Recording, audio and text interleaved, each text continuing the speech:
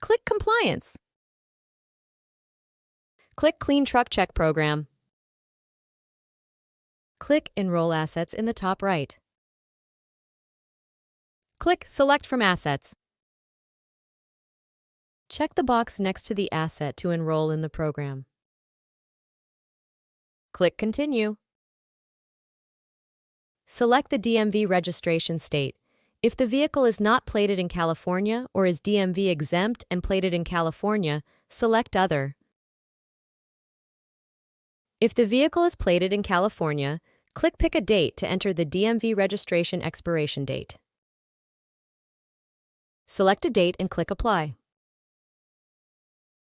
Click Enroll.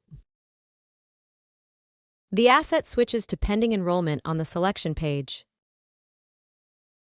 Congratulations! You've completed this tutorial for how to enroll an asset into the CARB program.